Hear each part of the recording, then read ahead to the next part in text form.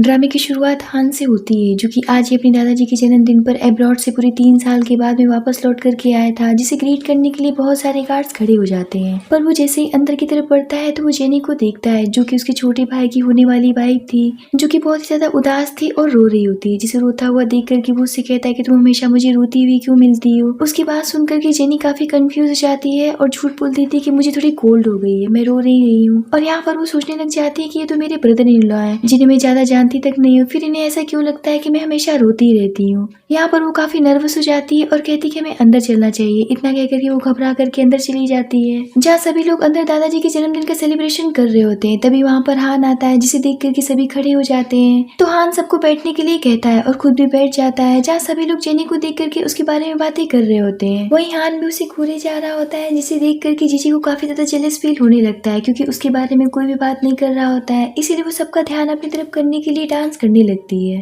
उसका इतना प्यारा डांस देख करके सभी लोग उसकी तारीफें करने लगते हैं। ये देख करके वो जेनी को कमेंट करते हुए कहती है कि आखिर तुम क्या दादाजी के लिए लेकर के आई हो। ये सुनकर के जेनी खास किस्म की वाइन को सर्व करने के लिए आगे बढ़ती है, जिसे खुद उसने अपने हाथों से बनाया था, जिसे पी करके सभी लोग जेनी की तारीफ करने लगते हैं। ये देख करके तो जीजी को और भी ज्यादा जेलस फील होने लगता है और वो इसी चक्कर में अपना वाइन सॉन्ग की छोटी बहन को पीने के लिए दे देती है और उसे सिखा देती है कि इसको पीने के बाद में तुम्हें अपना तबीयत खराब होने का नाटक करना होगा। जिस पर वो लड़की जीजी की बात मान करके पेट दर्द का एक्टिंग करने लगती है। ये देख करके तो सभी लोग जेनी पर इल्जाम थोप करके उसके ऊपर फायर हो जाते हैं और कहने लग जाते हैं कि तुमने उसे क्या पिला दिया। ये सारा नौटंकी हान बैठ करके देख रहा होता है और वो अचानक से कहता है कि अगर तुम्हें इतना ही दर्द हो रहा है तो हम डॉक्टर को बुला देते हैं। अब डॉक्टर का नाम सुन करके तो वो लड़की घबरा जाती है और सब कुछ सच बता देती है कि उसका पेट दर्द नहीं हो रहा है और वो सबसे झूठ बोल रही थी। जेनी भी खुद हैरान थी कि आखिर उसने ऐसा क्यों किया। अब ये सारा तमाशा खत्म होने के बाद में जेनी कुछ सोचती हुई लाइब्रेरी की तरफ जा रही होती है, जहाँ हान पहले से बैठा होता है। तभी वहाँ पर उसकी छोटी आंटी भी आ जाती हैं, जिन्होंने हान का शर्ट पहना होता है और वो पूरी तरीके से हान को सिड्यूस करने की कोशिश कर रही होती हैं और उससे कहती है कि तुम तो जानती हो तुम्हारे अंकल के जाने के बाद में मैं कितनी लोनली हो गई हूँ,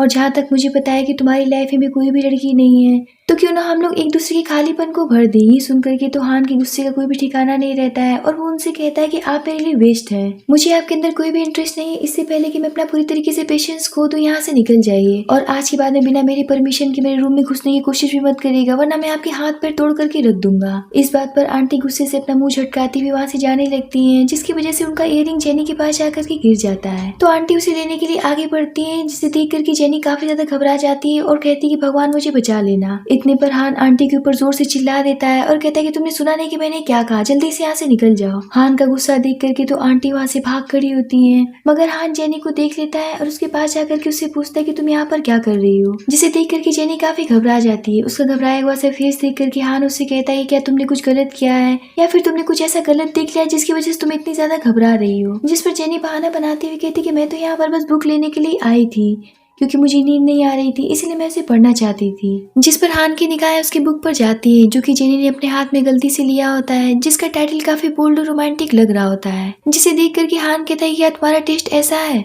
इस बात पर जेनी जब उस बुक को देखती है तो उसका टाइटल देख करके उसका फेस एम्बैरेसमेंट से भर जाता है और वो सोचती है कि सब मेरे साथ में क्या हो रहा है, मैंने उठाया भी तो इस टाइप का बुक उठा लिया। तो वो उससे कहती कि मैं बस इसे एक बार पढ़ना चाहती थी, वैसे मेरा ऐसा टेस्ट नहीं है। तभी सॉन्ग जेनी को आवाज लगाता है, जिसकी आवाज सुनकर के जेनी वहाँ से भाग जाती और सॉन्ग से जाकर के पूछती कि क्या हुआ। तो सॉन्ग कहता है कि मैं तुम्हें कितनी देरी से ढूंढ रहा हूँ, जल्दी से जाकर के मेरे लिए चाय बनाओ। ये सुनकर के हान उसके पास आता है और उसका हाथ चेक करते हुए कहता है कि तुम्हारे हाथ तो बिल्कुल सही सलामत हैं, फिर तुम अपने हाथों से अपने लिए चाय तो बना ही सकती हो, इसके लिए इतना चिल्लाने की क्या जरूरत है। और रही बात जेनी की, तो वो तुम्हारी नौकरानी नहीं बल्कि फ्योंसी है, तो कम से कम इस बात का लिहाज करो। इतना कह करके वो गुस्से से वहाँ से चला जाता है। उसके जाने के बाद सॉन्ग जेनी से कहता है कि तुम्हें तो बहुत अच्छा लग रहा होगा कि अभी तक दादाजी तुम्हारा सपोर्ट करते थे और अब हान भी तुम्हारा सपोर्ट करने लग गया है। इधर हान का असिस्टेंट उसे बताता है कि युवा मास्टर और जेनी के बीच का रिश्ता सही नहीं चल रहा है, पर आपके दादाजी उन पर जल्दी शादी करने का दबाव बना रहे हैं। जिस पर हान कहता है कि जब मैं वापस आ गया हूँ तो ये शादी कैसे होने दे सकता हूँ। यहाँ पर हान की बातों को सुनकर के ऐसा लग रहा होता है कि वो जेनी को लेकर के लंबे टाइम से ऑब्सेस्ड है और उसे बहुत ही ज्यादा चाहता है, पर इस बात से जेनी पूरी तरीके से अनजान थी। इधर सॉन्ग जेनी से कहता है कि वैसे तुमने मेरे बड़े भाई के साथ में ऐसा कौन सा रिश्ता बना लिया है जो कि वो तुम्हारी साइड ले रहे थे। इस बात पर जेनी कहती कि जरा अपने शब्दों को सम्मान के साथ में बोलिए, मैं तो बस स्टडी रूम में बुक लेने के लिए गई थी जहाँ प्रेसिडेंट हान मुझे मिल गए थे। तो सॉन्ग उसे टोन कसते हुए कहता है कि ठीक वैसा ही इत्तेफाक है, जब तुमने मेरी बहन को पानी में डूबने से बचाया था और दादाजी की नजरों में महान बनकर के मेरी फियांसी बन गई, क्योंकि दादाजी के दिमाग के साथ में तुमने अच्छे से खेल लिया था और इतनी रिच और पावरफुल फैमिली में घुस गई और अब तुम मुझसे एंगेजमेंट तोड़ना चाहती हो। आखिर तुम किस तरीके का गेम खेल रही हो? तो जेनी कहती है क्या तुम मुझे इतना गिरा हुआ इंसान समझते हो? अगर तुम मुझसे इतनी नफरत करती थी तो तुमने मुझे उस वक्त क्यों बचाया था?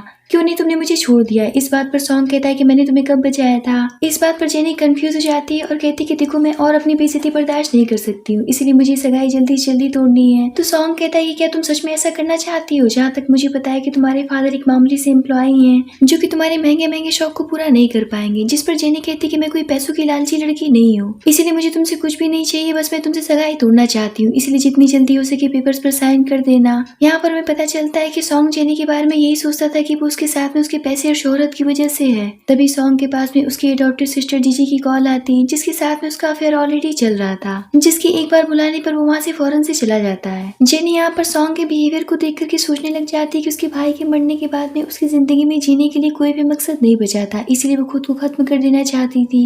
लेकिन उसी समय किसी ने उसे बचा लिया था, लेकिन उसे अच्छी तरीके से याद नहीं था कि वो हान था या फिर सॉन्ग था। अगले दिन सुबह जेनी स्विमिंग कर रही होती है, जहाँ उसे उसका पसंदीदा फ्लावर दिखता है जिसे शायद हान ने उसके लिए रखा हुआ था, जिसे देख करके जेनी काफी इम्प्रेस हो जाती है और बहुत ही ज्यादा खुश हो जाती है। वहीं हान भी उसे काफी गौर से देख रहा होता है, जहाँ वो मेड को बुला करके जेनी के लिए गर्म दूध लाने के लिए कहता है और वहीं पर बैठ करके आराम से जेनी को देखने लगता है। कुछ देर के बाद में जेनी जब पुल से बाहर निकलती तो वो हान को इस तरीके से अपनी तरफ देखता हुआ काफी ज्यादा नर्वस हो जाती है। तो हान उससे कहता है कि जल्दी से चेंज कर लो वरना तुम्हें सर्दी लग जाएगी। जब जेनी चेंज करके वापस आती तो हान उसे गर्म दूध पीने के लिए देता है। हान का इतना केयरिंग नेचर देख करके वो काफी सरप्राइज होती है, लेकिन उसे बहुत अच्छा भी लग रहा होता है। लेकिन फिर वो कंफ्यूज हो जाती है और सोचने लग जाती है कि आखिर ये सब कुछ मेरे लिए क्यों कर रहे हैं। खैर ये सब खत्म होने के बाद में हान ऑफिस चला जाता है और उसके जाने के बाद में जेनी नौकरानी से पता करने की कोशिश करती है कि हान कभी चश्मा पहनता था, मगर नौकरानी को इस बारे में कुछ भी पता नहीं होता है।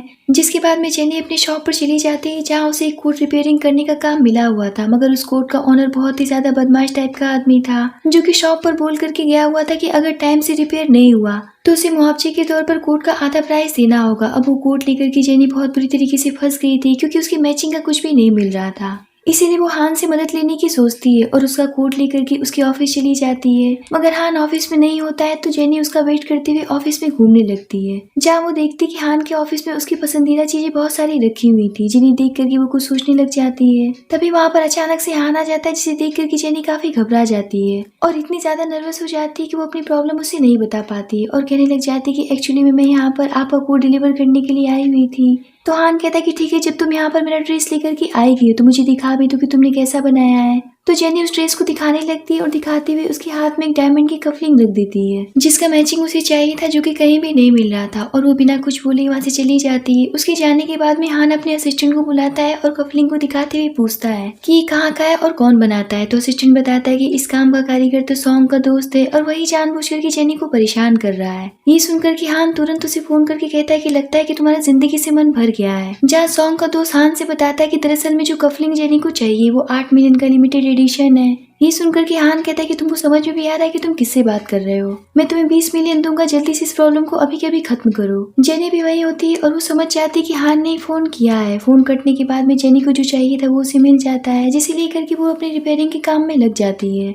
तभी उसके पास में घर से मेड की कॉल आती है, जो कि उसे बताती है कि आज मिस्टर सॉन्ग का जन्मदिन है, तो आप जल्दी घर आ जाइएगा। ये सुनकर के जेनी कुछ सोचने लग जाती है और कहती है कि ठीक है मैं आ जाऊंगी। इधर हान का असिस्टेंट उसे एक फाइल देते हुए बताता है कि आज दूसरे युवा मास्टर का जन्मदिन है। तो हान कहता है कि फिर मैं क्या करूँ, जिस पर असिस्टेंट उसे बताता है कि मिस जेनी भी उनके साथ उनका जन्मदिन सेलिब्रेट करने के लिए जाएंगी। और आप तो ये बात अच्छी तरीके से जानते हैं कि इनके एंगेजमेंट को 3 साल पूरा हो गया, तो संभव है कि इस बार दादाजी उनकी शादी भी अनाउंस कर दें। ये सुनकर के तो हान को जैसे सदमा ही लग जाता है। इधर सॉन्ग जब घर पहुंचता है तो मेड से जेनी के बारे में पूछने लग जाता है। तो मेड बताती है कि मैंने तो उन्हें फोन करके बता दिया था, शायद वो काम में फंस गई होंगी, इसीलिए उन्हें आने में लेट हो गया है। इधर जेनी शॉप में बैठ करके कुछ रिपेयरिंग करवा रही होती, तभी उसके पास में हान के असिस्टेंट की कॉल आती है, जो कि जेनी से कहता है कि मेरे बॉस के वॉच में कुछ प्रॉब्लम आ गई, तो आप जल्दी से आकर के उसे देख लीजिए। अर्जेंट सुनकर के जेनी हान के ऑफिस जल्दी से पहुंचती है, जहाँ हान बैठ करके उसका इंतजार कर रहा था। तो जेनी भी हान के हाथ से प्यार से वॉच निकाल करके रिपेयरिंग करने लगती है और कुछ ही देर में उसे अच्छे से रिपेयर करके उसे वापस से पहना देती देती है। तभी उसके पास में सॉन्ग की कॉल आती है जो कि उससे पूछने लग जाता है कि तुम कहाँ हो और अभी तक घर क्यों नहीं पहुंची। लेकिन यहाँ पर जेनी उसे बताती नहीं कि वो कहाँ पर है, जिस पर हान जानबूझकर के पीछे से बोलने लग जाता है ताकि सॉन्ग समझ जाए कि जेनी किसी लड़के के साथ में है। और होता भी ऐसा ही है। सॉन्ग पूछने लग जाता है कि वो कौन है और तुम किसके साथ में हो। इतने पर जेनी फोन काट देती तो हान कहता है कि चलो मैं तुम्हें घर तक छोड़ देता हूँ क्योंकि रात हो गई है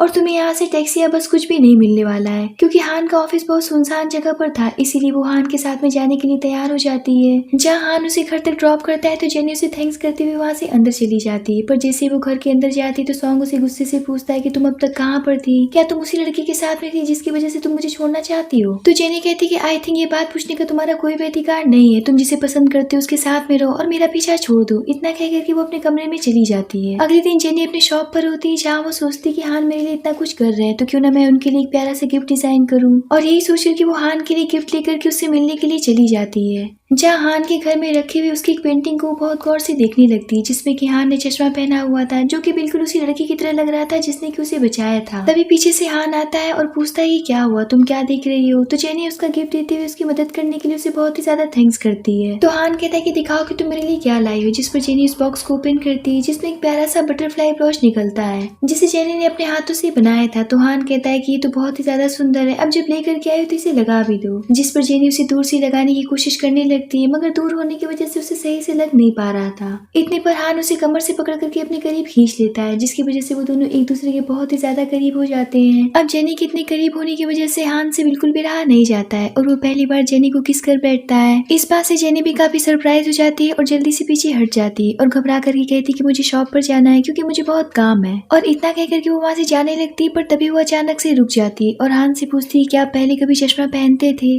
जिस पर हान झूठ बोल देता है कि कभी कभार मैं पहन लेता हूँ। ये सुनकर कि जेनी वहाँ से चली जाती है और अगले दिन एक होटल में एक नए बिजनेस पार्टनर से मिलने के लिए जाती है ताकि वो उसकी शॉप में इन्वेस्ट करने के लिए तैयार हो जाए। जहाँ वो लड़की जेनी का टैलेंट देखना चाहती थी इसीलिए वो उसे कुछ चीजें रिपेयर करने के लिए देती है, जिस पर जेनी अपना फेवरेट केक खाते हुए काम स्टार्ट कर देती है। अब जेनी का काम उसे बहुत ही ज्यादा पसंद आता है इसीलिए वो इम्प्रेस होकर के जेनी की शॉप में इन्वेस्ट करने के लिए तैयार हो जाती है और इसी खुशी में दोनों जम करके ड्रिंक कर लेते हैं। वहीं दूसरी तरफ हम हान को देखते हैं जो कि इसी होटल में मीटिंग कर रहा था और वहीं से नशे की हालत में जेनी भी गुजर रही थी और हान को चश्मा पहने हुए देख करके उसे ऐसा लगने लगता है कि हान ही वही लड़का है जिसने उस समय उसकी जान बचाई थी। और यही सोचकर कि वो सबके सामने हान की गोद में जाकर के बैठ जाती है। ये देख करके असिस्टेंट सबको इशारा करता है और सभी लोग वहाँ से उठ करके चले जाते हैं। जिसके बाद हान जेनी से कहता है कि एक बार अपनी आंखें खोल करके देखो कि मैं कौन हूँ और तुम कहाँ पर बैठी हो। इस बात पर जेनी उसे प्यार से थप्पड़ मारते हुए कहती कि तुम वही हो ना जिसने मेरी जान बचाई थी।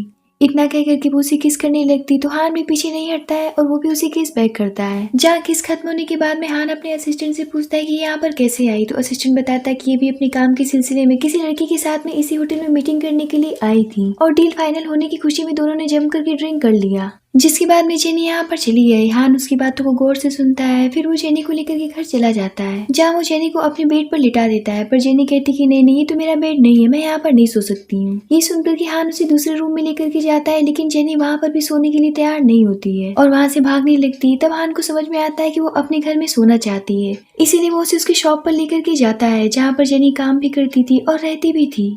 जहाँ जेनी जमीन पर ही मैट बिछा करके हान के साथ में सो जाती है। अगले दिन जब उसकी आंख खुलती है तो वो हान को देख करके काफी ज्यादा घबरा जाती है क्योंकि उसे यकीन नहीं हो रहा था कि हान उसके साथ उसके घर में एक ही चटाई पर सो गया है। वही जेनी पूरी रात की बात याद करने लगती है कि उसने हान के साथ में क्या क्या किया था और यही सब सोच करके वो और भी ज्यादा घबरा जाती है और हान से माफी मांगने लगती है। पर हान कुछ बोलता नहीं और उठ करके वहाँ से बाहर चला जाता है। कुछ देर के बाद में दोनों साथ में घर पहुँचते हैं जहाँ हान मेट से सॉन्ग के बारे में पूछता है तो मेट बताती कि वो तो घर पर नहीं है। तो हान वहीं पर बैठ करके उसके आने का वेट करने लगता है। कुछ देर के बाद में सॉन्ग जब घर आता है तो हान उस पर गुस्सा करते हुए कहता है कि आखिर तुम जीजी का साथ क्यों नहीं छोड़ रहे हो, अगर तुम्हें जेनी से शादी करनी है तो तुम्हें जीजी का साथ छोड़ना पड़ेगा। यहाँ पर हान सॉन्ग की अच्छे से क्लास लगाता है और उसे लिमिट में रहने की हिदायत देता है। उसके जाने के बाद में सॉन्ग तो जेनी पर ही बरस पड़ता है कि जरूर तुमने मेरे भाई को कुछ सिखाया होगा। तो जेनी कहती कि मुझे समझ में नहीं आ रहा है कि आखिर तुम्हें मुझसे प्रॉब्लम क्या है। मैं समझ सकती हूँ कि तुम मुझे पसंद नहीं करते हो लेकिन नफरत करने की एक रीजन तो होनी चाहिए। तो सॉन्ग कहता है कि तुम भी ये बात अच्छी तरीके से जानती हूँ कि तुमने मेरी बहन को खुद तालाब में धक्का दिया था और खुद ही उसे बचाने की एक्टिंग करने लग गई ताकि तुम मेरी फैमिली के क्लोज आ सको। क्योंकि तुम मुझे बहुत पसंद करती थी। तो जेनी कहती कि माना कि मैं तुम्हें पहले बहुत पसंद करती थी, लेकिन वो भी इसलिए क्योंकि तुमने मेरी जान बचाई थी। माना कि मैंने दादाजी को इम्प्रेस करने की कोशिश की थी, लेकिन मैं ऐसा कभी भी नहीं करूंगी कि तुम्हारी छोटी बहन को तालाब में ढकेल दूं। इस बात को लेकर के दोनों में जम करके बहस होने लगती है और इसी बहस में जेनी बेहोश हो जाती है, जिसे लेकर के सॉन्ग हॉस्पिटल भागता है। इधर हान को भी पता चलता है कि जेनी हॉस्पिटल में है, तो वो भी उसे देखने के लिए जाता है, जहाँ वो बाहर खड़े होकर के उन दोनों की बातें सुनने लगता है। जहाँ जेनी सॉन्ग से कह रही होती कि अगर तुम्हें ऐसा लगता है कि मैंने सच में तुम्हारी बहन को तालाब में धक्का दिया था और फिर उसे बचाने का नाटक किया था, तो तुम इस बात का इन्वेस्टिगेशन करवा लो। अगर मैं गलत हुई तो तुम्हारा जूता और मेरा सर होगा। दरअसल में सॉन्ग की छोटी बहन को जेनी ने बचाया था, मगर जीजी के कहने पर उसने सॉन्ग से झूठ बोल दिया था कि जेनी ने पहले मुझे धक्का दिया फिर बचाने का नाटक करने लग गई।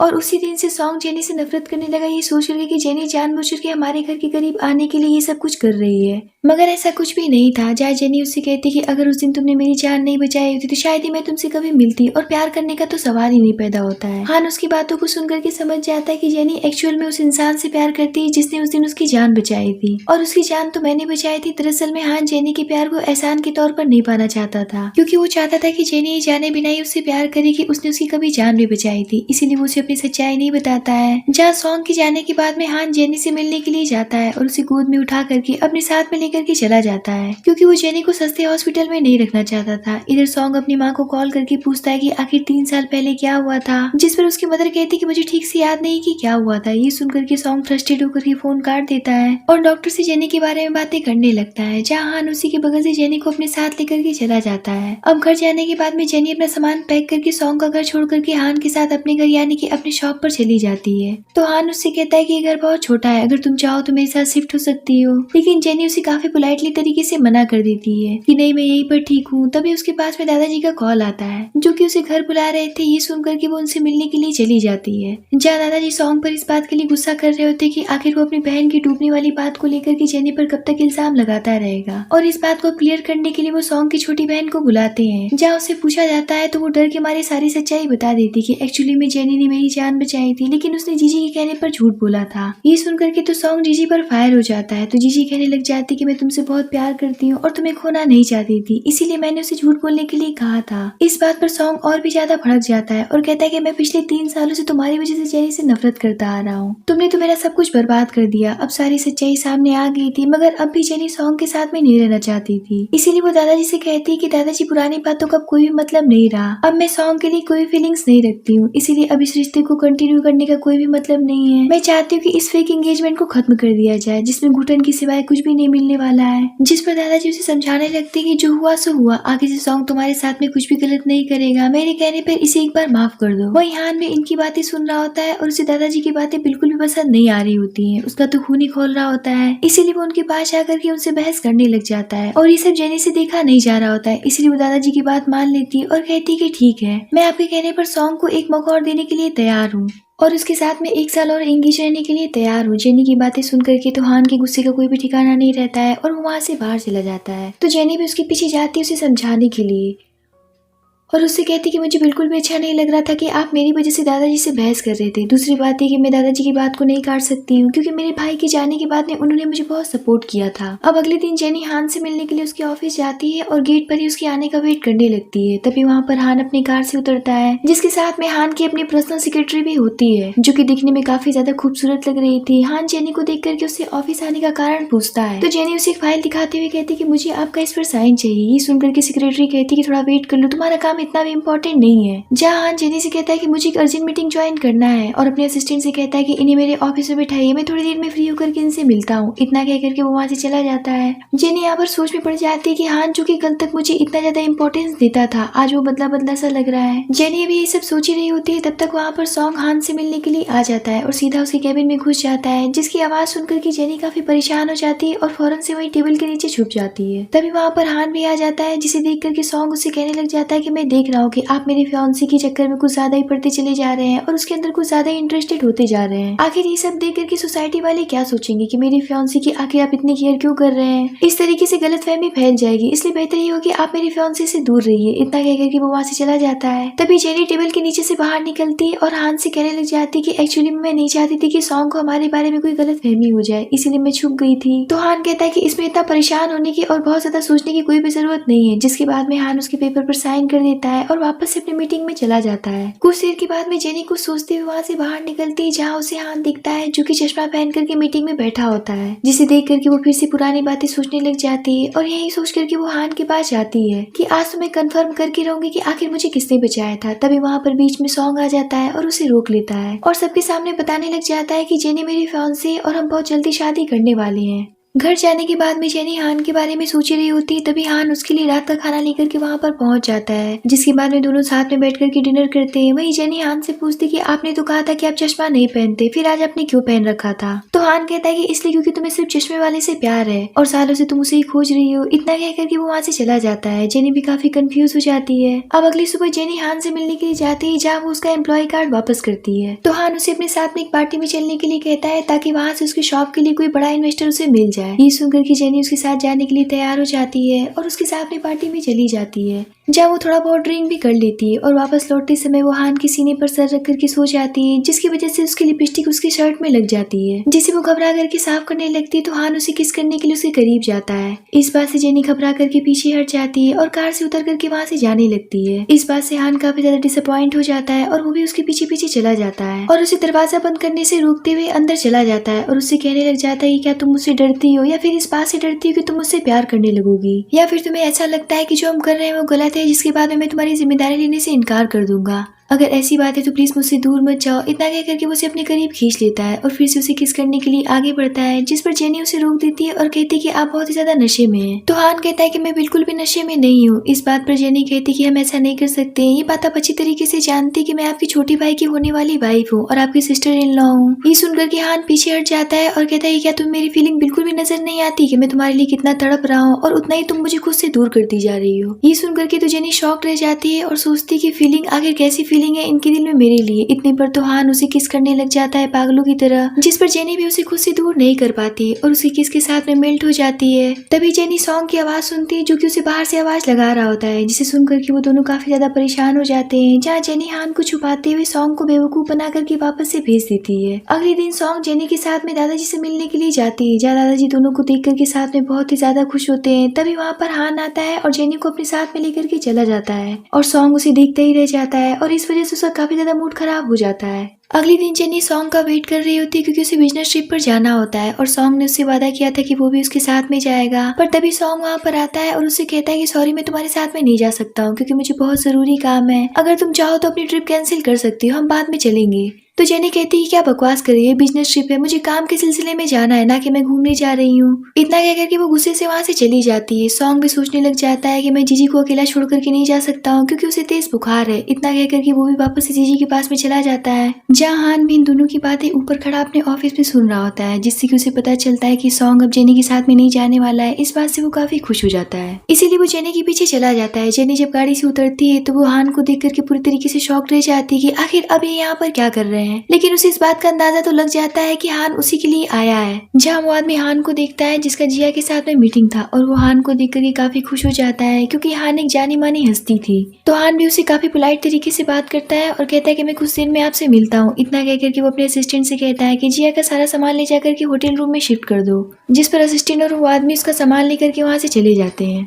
जहाँ हान उसे अपने साथ में टहलाने के लिए ले जाता है और उससे अपने दिल की बात बताने लगता है कि मुझे इस बात से कोई फर्क नहीं पड़ता है कि लोग क्या सोचेंगे और सोसाइटी क्या सोचेगी हमारे रिश्ते के बारे में। मैं बस इतना जानता हूँ कि मैं तुम्हें बहुत चाहने लगा हूँ और तुमसे बहुत प्यार करने लग गया हूँ। इतना कहकर कि वो उसे बहुत प्यार से किस करता है और उसे टीज करते हुए कहने लग जाता है कि कहीं तुम्हें इस बात से तो परेशानी नहीं है कि मैं तुमसे एज में बड़ा हूँ, लेकिन जो तुमसे एज में बड़ा होगा वो तुमसे उतना ही ज्यादा प्यार करेगा। इस बात पर जेनी काफी शर्मा जाती है और कुछ कहती नहीं है। जहाँ हान उससे कहता है कि देखो मैंने जो भी कुछ अभी तुमसे कहा कहा है वो सारी बातें सच है और मेरी फीलिंग तुम्हारे लिए चेंज नहीं होने वाली है, तो इस बारे में अच्छे से सोच लेना, क्योंकि मैं तुम्हारे साथ में अपना भविष्य देखना चाहता हूँ और मैं ये बात अच्छी तरीके से जानता हूँ कि सॉन्ग और तुम्हारा रिश्ता बस पेपर पर है, क्योंकि तुम्हारे दिल में उसके लिए कोई भी फीलिंग्स नहीं है। तुम बस उस इंसान को ढूंढ रही हो जिसने तुम्हें बचाया था, और तुम सॉन्ग के साथ में रह करके अपनी पूरी जिंदगी बर्बाद नहीं कर सकती हो, क्योंकि वो अनचाहा रिश्ता होगा। इसीलिए मैं चाहता हूँ कि तुम इस बारे में अच्छे से सोच लेना। जेनी भी उसकी बातें ध्यान से सुनती है और कहती कि ठीक है, मैं आपके और अपने रिश्ते के बारे में सोचूंगी, लेकिन वो ये बात अच्छी तरीके से जानती थी कि दादाजी सॉन्ग और उसको कभी भी एक्सेप्ट नहीं करेंगे। इधर सॉन्ग जीजी के पास जाता है तो जीजी उससे कहती कि आखिर तुम मेरे साथ में ऐसा कैसे कर सकते हो, तुम मुझे अचानक से ऐसे कैसे छोड़ सकते हो,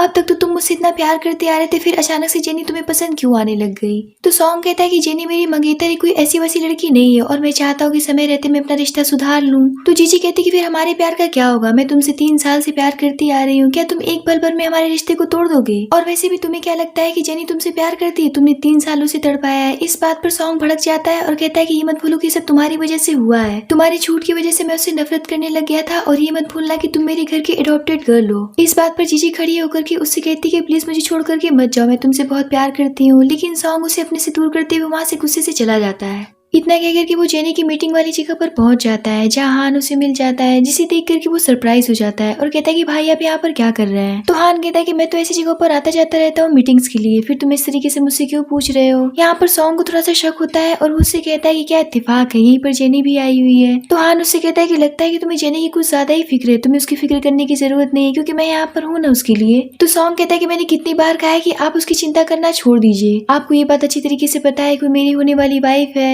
तो हान कहता है कि जहाँ तक मुझे पता है कि तुम दोनों का रिश्ता खोखला है और इसे आगे बढ़ाने की कोई भी जरूरत नहीं है। तो सॉन्ग कहता है कि आप कब से उसकी जिंदगी के फैसले लेने लग गए। तो हान कहता है कि मैं जो चाहूँ वो कर सकता हूँ, इसलिए मुझे प्रोवोक करने की कोशिश मत करो, अगर मैं चाहूँ तो तुम्हारी सगाई भी तोड़ सकता हूँ और शादी भी तोड़ सकता हूँ, इसीलिए मुझसे बहस करना छोड़ो और अपने काम पर लग जाओ। इतना कह करके हान वहाँ से चला जाता है। ये सब सुनकर के सॉन्ग काफी कंफ्यूज हो जाता है, क्योंकि उसे हान की बात अच्छी तरीके से समझ में नहीं आ रही होती है। इधर हान जेनी के पास जाता है और उसके प्रोजेक्ट पर काफी ज्यादा उसकी मदद करवाता है और दोनों एक दूसरे से बहुत सारी बातें करते हैं। अब अपना काम कंप्लीट करने के बाद में जेनी जब वापस लौट करके आती है तो वो दादाजी के लिए गिफ्ट लेकर के आती है, जिसे देख करके वो काफी खुश हो जाते हैं और कहती है कि देखो मैंने सॉन्ग को बहुत ही ज्यादा डांट लगाई है, इसीलिए अब से वो तुम्हारे साथ में कोई भी गलत व्यवहार नहीं करेगा, इसलिए मैं चाहता हूँ कि तुम दोनों जल्दी से शादी कर लो। वहीं पर हान भी बैठा होता है, तभी वहाँ पर उसकी आंटी आती है और आग में घी डालने का काम करती है और कहती कि मुझे ऐसा क्यों लगता है कि जेनी का हान के साथ में कुछ ज्यादा ही क्लोज रिलेशन बन गया है। अब तो लोगों को ऐसा लगने लग गया है कि जेनी हान की होने वाली वाइफ है। इस बात पर दादाजी बहुत बुरी तरीके से भड़क जाते हैं और कहते कि बकवास करना बंद करो, हान इस घर का बड़ा बेटा है और वो ग्रुप का प्रेसिडेंट है,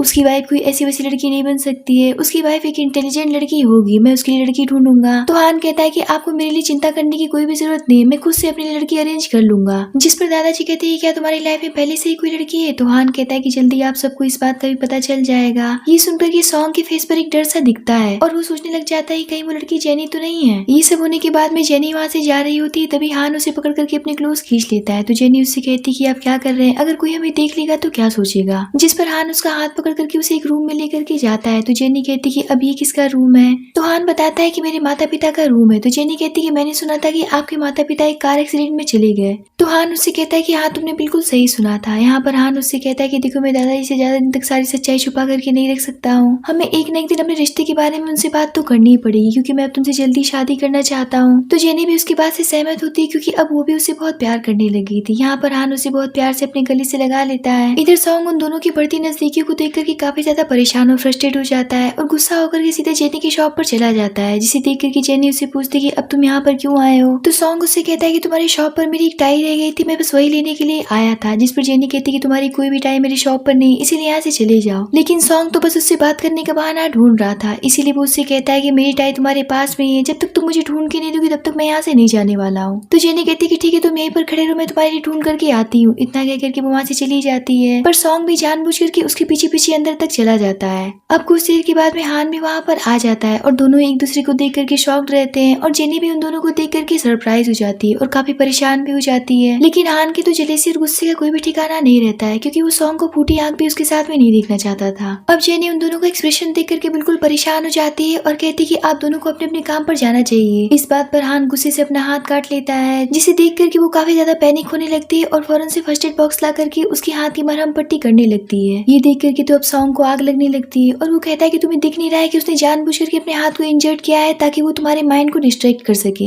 जिस पर जेनी कहती है कि आखिर तुम्हें हो क्या गया है, तुम आखिर चुप क्यों नहीं रह सकते हो। इस बात पर वो और भी ज्यादा भड़क जाता है और कहता है कि तुम्हें दिख नहीं रहा है कि जिस इंसान का हाथ कटा रहेगा वो कितनी तेज चिल्लाएगा और उसे दर्द होगा, लेकिन उन्होंने जानबूझ कर अभी भी मेरे सामने अपने हाथ को इंजर्ड किया है। इस बात पर जेनी और भी ज्यादा भड़क जाती है और कहती है कि आखिर तुम अपने बड़े भाई के लिए ऐसी बातें कैसे कर सकते हो। ये सुनकर कि सॉन्ग समझ जाता है कि जेनी को उसकी बातों पर यकीन नहीं आएगा, इसीलिए वो वहाँ से चला जाता है और इस बात से हान काफी खुश हो जाता है। अब अगले दिन हान जानबूझ कर जेनी को फिर से अपने हाथ की पट्टी करने के लिए बुलाता है क्योंकि वो उसे देखना चाहता था, जिस पर जेनी भी उसके एक बार बुलाने पर वहाँ पर चली जाती है और पट्टी करने के लिए हान के करीब बढ़ती है, लेकिन हान तो उसे अपने करीब खींच लेता है और काफी ज्यादा रोमांटिक होने लगता है और कहता है कि मुझे पट्टी नहीं बंधवाना है, मुझे तो तुम चाहिए। ये सुनकर कि जेनी वहाँ से भागने लगती तो हान उसे पकड़ करके अपने क्लोज खींच लेता है और उसे बेइंतहा सा किस करने लगता है। और इसी किस के बीच में वो उससे पूछता है कि तुमने मुझे जवाब नहीं दिया जब मैंने तुमसे पूछा था कि क्या तुम मुझे पसंद करती हो, और मैंने तुम्हें सोचने का भी टाइम दिया था। इस बात पर जेनी कुछ भी नहीं कहती है तो उसे कहता है कि अच्छा चलो ठीक है, मुझे एक किस दे दो, प्लीज मुझे वैसे ही किस करो जैसा कि मैंने अभी तुम्हें किया था।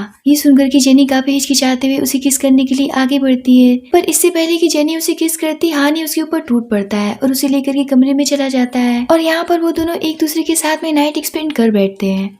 अगली सुबह जेनी की जब आँख खुलती तो वो हान को अपने सामने रेडी पाती है तो उससे पूछती कि आप इतनी जल्दी रेडी हो गए, आप कहाँ जा रहे हैं। तो हान उसे बताता है कि मुझे एक बिजनेस ट्रिप पर जाना होगा क्योंकि बहुत ही ज्यादा अर्जेंट है। ये सुनकर कि जेनी को बिल्कुल भी अच्छा नहीं लगता है क्योंकि उसने लास्ट नाइट उसके साथ में नाइट एक्सपेंड किया था और आज हान उसे इस तरीके से छोड़ करके जा रहा था। ये देख करके हान उसे प्यारी सी किस करता है और कहता है कि अपना ख्याल रखना, मैं एक हफ्ते में लौट करके आ जाऊंगा। इतना कह करके वो वहाँ से चला जाता है। अब जेनी जैसे ही वहाँ से बाहर निकलती है तो सॉन्ग उसे मिल जाता है और उससे पूछता है कि आखिर तुम मेरे भाई की विला में क्या कर रही हो। कल मैं पूरी रात तुम्हारा इंतजार कर रहा था लेकिन तुम घर वापस लौट करके नहीं आई। यहाँ पर सॉन्ग उससे बहुत ही ज्यादा बहस करने लग जाता है और बातों ही बातों में उसके मुंह से निकल जाता है कि उसने नहीं बल्कि हान ने उसकी जान बचाई थी। ये सुनकर के तो जेनी को काफी बड़ा सदमा लगता है क्योंकि उसे पहले से ही शक था कि हान ने उसे बचाया था और आज सॉन्ग की बातों ने उसे कंफर्म कर दिया था। ये सब जानने के बाद में जेनी वहाँ से फौरन से निकल जाती है और सॉन्ग को इस बात का एहसास होता है कि जेनी सिर्फ उसके साथ में इसलिए थी क्योंकि उसे ऐसा लगता था कि सॉन्ग ने उसकी जान बचाई थी, ना कि वो उससे प्यार करती थी। प्यार तो वो सिर्फ हान से करती है। इधर जेनी हान को कॉल करके कहती कि आप कहाँ पहुंचे, मुझे आपसे बहुत जरूरी बात करनी है। तो हान कहता है कि अभी तो मैं बीच रास्ते में हूँ, क्या हुआ, क्या तुम मुझे प्रपोज करना चाहती हो। तो जेनी कहती कि मजाक करने के मैं मूड में नहीं हूँ। इतने पर तो हान की कार का एक्सीडेंट हो जाता है और उसकी आवाज सुनकर के जेनी काफी परेशान हो जाती है और उसे इस बात का एहसास हो जाता है कि हान का एक्सीडेंट हो गया है, इसीलिए वो भागती हुई हॉस्पिटल पहुंचती है और पागलों की तरह हान को इधर उधर ढूंढने लगती है और उसके दिल में इस बात का डर बैठ जाता है कि वो हान को खो देगी।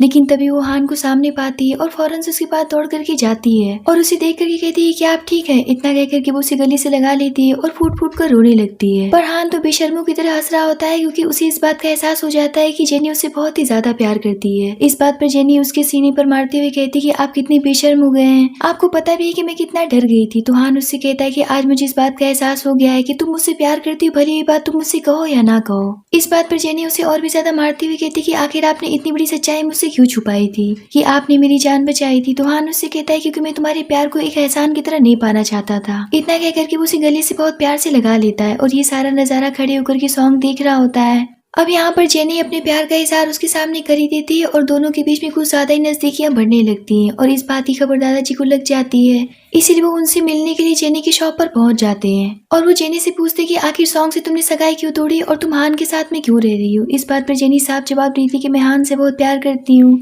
ये सुनकर के तो दादाजी का एक्सप्रेशन बिल्कुल डार्क हो जाता है और वो गुस्से से कहते हैं कि क्या बकवास कर रही हो, तुम्हें पता भी है कि इस तरीके की बातें सोसाइटी में आने के बाद में कितनी बदनामी फैल जाएगी और हान के भी कैरेक्टर पर उंगलियां उठने लगेंगी कि उसने अपने छोटे भाई की होने वाली वाइफ के साथ में शादी कर ली। ये कितना शर्मनाक होगा। आखिर तुम इस बात को क्यों नहीं समझना चाहती हो, आखिर तुम हान की जिंदगी क्यों बर्बाद करना चाहती हो। अगर तुम सच में उसे सच्चा प्यार करती हो तो उससे कहीं दूर चली जाओ और इस सिटी को छोड़ दो, मैं तुम्हारे लिए सब कुछ करने के लिए तैयार हूँ। तो जेनी कहती कि मैं ऐसा कुछ भी करने का वादा नहीं कर सकती हूँ। इस बात पर दादाजी और भी ज्यादा भड़क जाते हैं, पर तब तक वहाँ पर हान आ जाता है और दादाजी से कहता है कि मैंने पहले से प्रेस कॉन्फ्रेंस बुला रखा है अपने रिश्ते की अनाउंसमेंट करने के लिए। ये सुनकर के तो दादाजी भड़क जाते हैं और कहते कि लगता है कि तुम विद्रोह करने पर उतर आए हो। लेकिन हान उनकी बातों को इग्नोर करता हुआ सबके सामने जेनी को लेकर के चला जाता है और मीडिया वालों के सामने अपने और जेनी के रिश्ते का अनाउंसमेंट कर देता है। ये सुनकर के तो लोग आपस में बातें करने लग जाते हैं कि जेनी तो सॉन्ग की फियांसी थी, फिर हान अपने छोटे भाई की होने वाली वाइफ से शादी कैसे कर सकता है। इस बात पर हान कहता है कि लगता है कि आप लोग कुछ ज्यादा ही अपना दिमाग चला रहे हैं। जहाँ तक मुझे पता है कि पहले प्रेस कॉन्फ्रेंस में आप लोग को बताया गया था कि सॉन्ग ने इसकी जान बचाई थी, इसलिए दादाजी ने उसकी शादी जेनी के साथ में फिक्स की, लेकिन ये बिल्कुल झूठ था। बल्कि मैंने इसकी जान बचाई थी और ये मुझसे प्यार करती, इसीलिए इस हिसाब से इसकी शादी मुझसे होनी चाहिए। यहाँ पर वो सबके सामने इस बात को क्लियर करता है, जिसकी वजह से सबका मुंह बंद हो जाता है।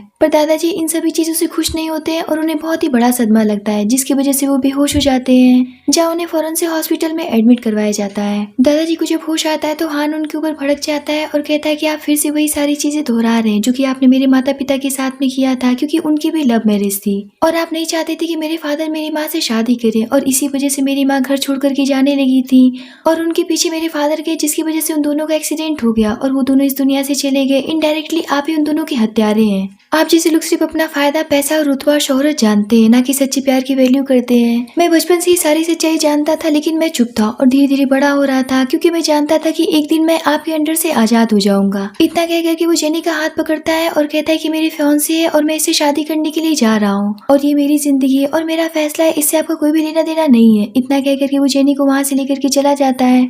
जहाँ जेनी अपनी शादी के डेस्टिनेशन पर पहुंचती है, वहाँ पर बहुत सारे मीडिया वाले खड़े होते हैं और उससे बहुत सारे सवाल जवाब करने लगते हैं। तभी वहाँ पर हान आता है, जिसे देख करके जेनी उसकी तरफ दौड़ करके जाती है और उससे कहती है कि मैं आपको एक सरप्राइज देना चाहती हूँ। ये सुन करके तो हान काफी कंफ्यूज हो जाता है और कहता है कि क्या देना चाहती हो। इतने पर जेनी उसे अपनी प्रेगनेंसी रिपोर्ट निकाल करके दिखाती है। ये देख करके तो हान की खुशी का कोई भी ठिकाना नहीं रह जाता है और उसे फौरन से गले से लगा लेता है। और इसी हैप्पी मोमेंट के साथ में इस ड्रामे की पर हैप्पी एंडिंग होती है।